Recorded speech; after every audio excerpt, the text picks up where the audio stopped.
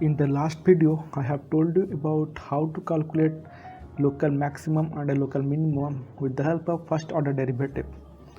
I have also told you about in the upcoming video, we will learn about the use of second order derivative to calculate the same. Let me tell you from the beginning that these both methods, that is the use of first order derivative and the use of second order derivative, have their own preferences when should we use them. Now let us look at some conditions that second order derivative follows when we approach a point of maxima or minima.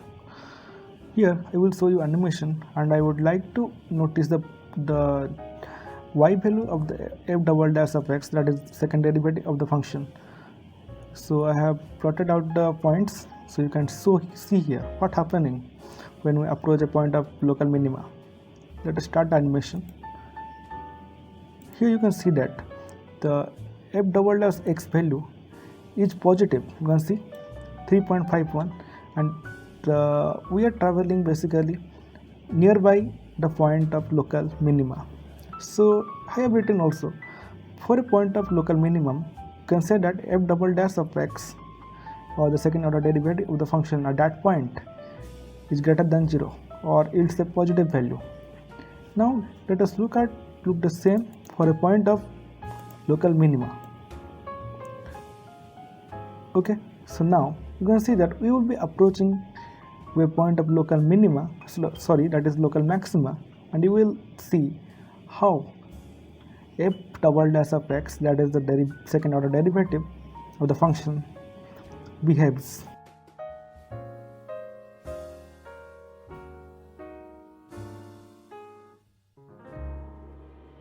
Now we will see how f double dash of x behaves when we approach a point of local maximum.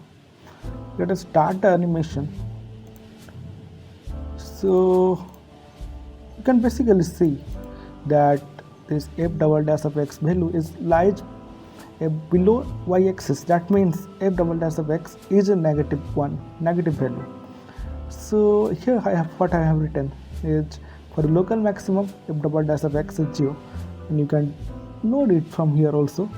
It is a negative value. It is about minus 4.91. So we came to know that when we approach a point of local minima, the f double dash of x is a positive value, and when we approach a point of local maxima, it becomes a negative value. So now you might be wondering that what happens when f double dash of x is 0 at a particular point. Then basically you might be thinking that point may be a point of inflection, but that is not the case. When f double dash of x is 0, actually this second derivative test fails. I will show some examples. Now let us look at a function of x to the power 4. It has 4 identical roots, that is 0. And also you can see that this is at the point 0 is the local, the global minima of this function. So here the f double dash of x, that is the second order derivative at this point, must be a positive one, but that is not the case. You can see that the f double dash of x, that is equals to 12x square.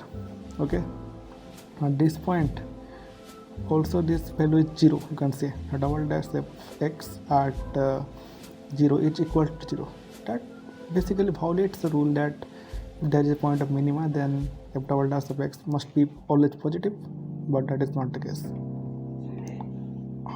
Now if we plug in a negative sign here, that is minus of negative of x to the power 4, then you can see the graph flips downwards, and this is the point of local maxima. Here also you can can know that, or you can see that f double dash of x is 0. So basically what we learned here is, if f double dash of x at a point is positive, then that point is always a point of local minima. If f double dash of x at a point is negative, then that point is always a point of local maxima. But the reverse, the vice versa is not true. That means if there is a point of local maxima, then there may be the f double dash of x be negative, and also it can be 0. Okay, we can say, because we have given the examples of here that this function that is minus x to the power 4 has a global maxima, but here f double dash of x is not a negative one. Similarly, we also look at the example when the f double dash of x is 0, but that point has a local minima. Okay, so we came to know two counter examples in this context. So I hope that you understand this concept well.